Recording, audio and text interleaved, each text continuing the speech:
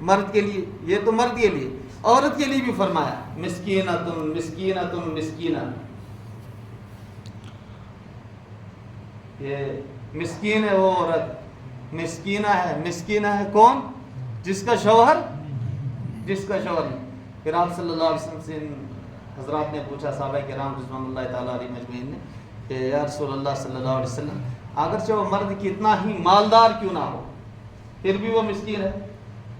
فرمایا آپ صلی اللہ تعالیٰ علیہ وسلم نے اگرچہ وہ مالدار ہو، وَإِنْ كَانَ غَنِيًّا مِّنَ الْمَالِ، پھر بھی وہ مسکین ہے. پھر بھی وہ کیا ہے؟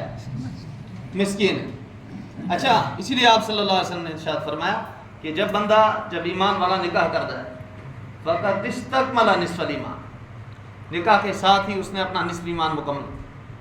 فَلْيَتَّقِ اللَّهَ فِي نِصْفِ الْبَاقِي. اب دیکھیے 50% اس کا ایمان مکمل ہو گیا کس کے ذریعے سے؟ نکاح کے ذریعے سے. اب کتنا باقی رہا؟ 50%. فرمایا اب اس 50% کے بارے میں اللہ جل جلالہ سے ڈرے.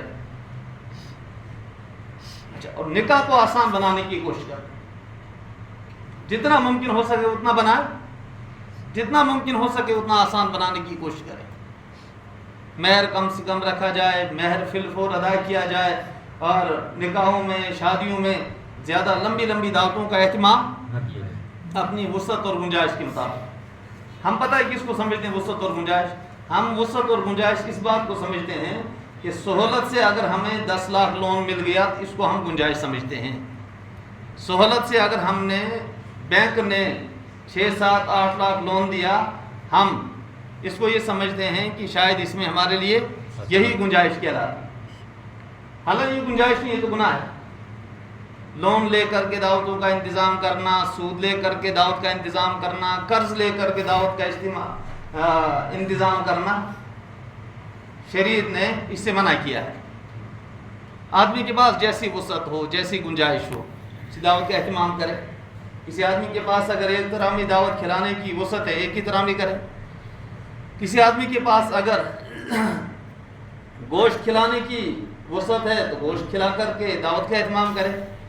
کسی آدمی کے پاس اگر صرف چاول اور دال کھلانے کی وسعت ہے، گوشت نہیں کھلا سکتا ہے، ٹھیک ہے، چاول دال کھلا کر کے ولیمہ کر.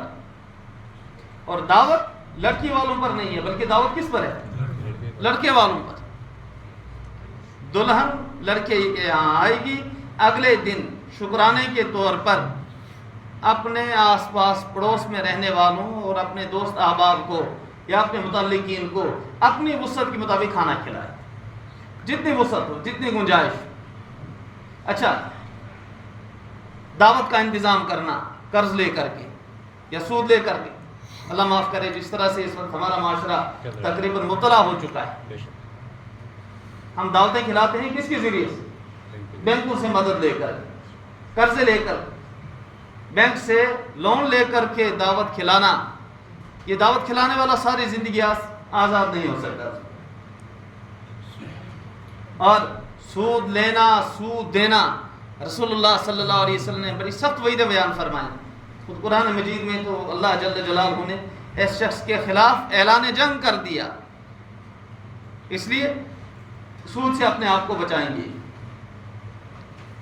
لون سے اپنے آپ کو بچائیں گے، قرض سے اپنے آپ کو بچائیں گے، اور اپنی سہولت کے اعتبار سے جب بھی ہم دعوت کریں، جب بھی گنجائش ہو دعوت کریں.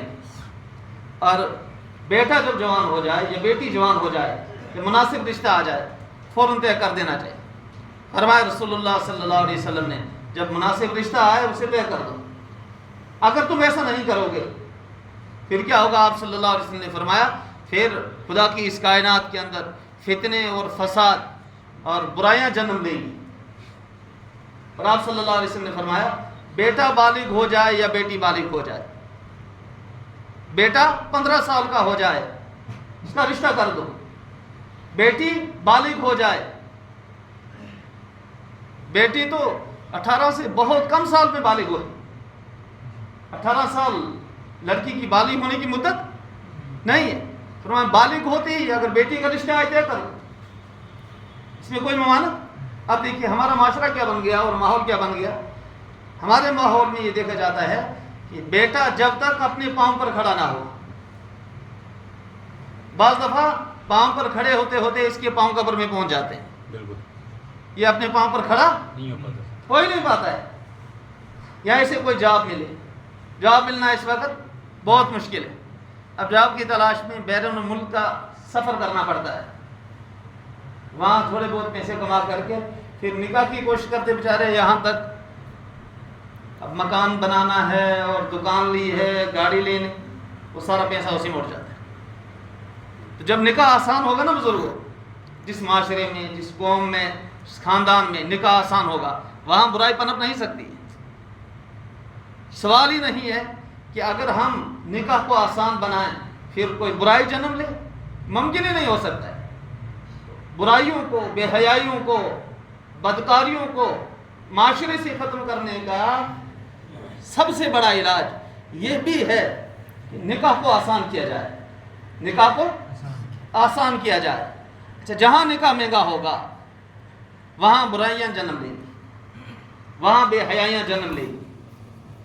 آئے روز ہم دیکھتے رہتے ہیں کس طرح کے حالات ہمارے اس وادی کشمیر کے اندر روز بروز بنتے جا رہے ہیں، جوان بچوں کے، بچیوں کے۔ تو اس لیے کوشش کریں گے ہم کہ نکاح کو آسان سے آسان بنانے کی کوشش کریں گے۔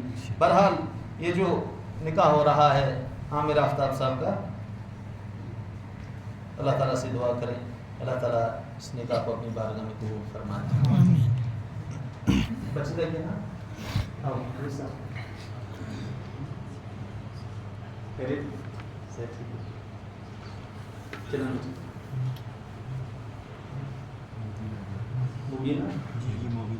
مبینہ بیگم